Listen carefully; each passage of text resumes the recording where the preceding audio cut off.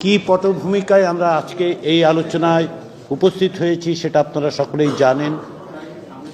তারই পাশাপাশি আমরা যেটা জানি সেটা হচ্ছে দীর্ঘদিন ধরে বাংলাদেশের গণতান্ত্রিক সংগ্রামের ক্ষেত্রে বাংলাদেশ জাতীয়তাবাদী দলের একটা বিশাল ভূমিকা রয়েছে।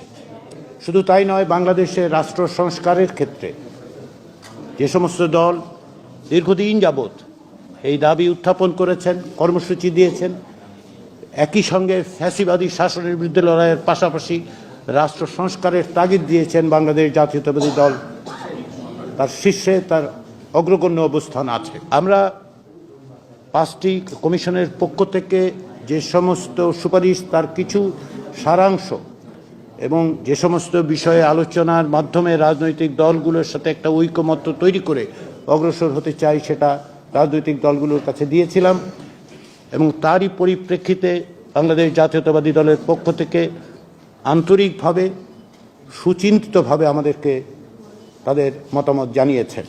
শুধু তাই নয়, সংবিধান সংস্কার কমিশনের দায়িত্ব পালনকালেও আমরা বাংলাদেশ জাতীয়তাবাদী দলের পক্ষ থেকে যে সহযোগিতা পেয়েছি তার জন্য এই সুযোগে আমি আবার ধন্যবাদ জানাতে চাই। আমরা এই আলোচনার মধ্য দিয়ে আমাদের লক্ষ্য হচ্ছে একটি জাতীয় সনদ তৈরি করা, যাতে করে আমরা বাংলাদেশে একটি স্থায়ী গণতান্ত্রিক ব্যবস্থা প্রতিষ্ঠা করতে পারি। বারবার আমরা দেখেছি যে গণতন্ত্র কেবল হোঁচট খেয়েছে তা নয়, একটি ব্যক্তিতান্ত্রিক স্বৈরতন্ত্র প্রতিষ্ঠিত হয়েছিল এই দেশে। সেগুলো যাতে ভবিষ্যতে না ঘটে, যার বিরুদ্ধে বাংলাদেশের রাজনৈতিক গণতান্ত্রিক শক্তিগুলো দীর্ঘদিন সংগ্রাম করেছে এবং জাতীয়তাবাদী দল তার অগ্রগণ্য হিসেবে ভূমিকা পালন করেছে, সেই জায়গায় সেই প্রাতিষ্ঠানিক রূপ দেওয়ার জন্যই এই প্রচেষ্টা। আমরা আশা করছি আমরা আলাপ আলোচনার মধ্য দিয়ে এমন একটা জায়গায় উপস্থিত হতে পারবো যেখান থেকে প্রাতিষ্ঠানিকভাবে, সাংবিধানিকভাবে আমরা এমন ব্যবস্থা তৈরি করতে পারবো যা বাংলাদেশের ভবিষ্যৎ পথরেখা নির্দেশ করবে।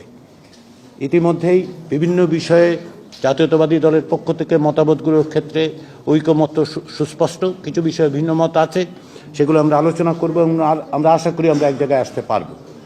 সেই জন্যই এই আলোচনা। আমি বারবার যেটা বলি, আবারও বলি, আপনাদের যারা গণমাধ্যমে তারা জানেন, আমি বারবার বলি যে টেবিলের দুই ধারে বসলেও আমরা আসলে দুই পক্ষ নই। আমরা একত্রে সকলে মিলে জাতির যে আকাঙ্ক্ষা, যে একটি ঐকমত্য তৈরি করা, একটি দীর্ঘমেয়াদী স্থায়ী ভিত্তি দেয়া গণতন্ত্রকে, তার জন্য আমরা সকলে কাজ করছি। লড়াই সংগ্রাম বিভিন্নভাবে আমরা যুক্ত থেকেছি। সেই জায়গায় বিএনপি যে ভূমিকা পালন করেছে, সেই ভূমিকা তাদেরকে নিঃসন্দেহে এমন অবস্থানে দিয়েছে যে বাংলাদেশের মানুষ জানেন যে তারা কী ভূমিকা পালন করেছেন, কিভাবে তারা গণতন্ত্রের সংগ্রামের জন্য অত্যাচারিত হয়েছেন, নিপীড়িত হয়েছেন, প্রতিরোধ রচনা করেছেন। তারই ধারাবাহিকতায় আজকের এই আলোচনা।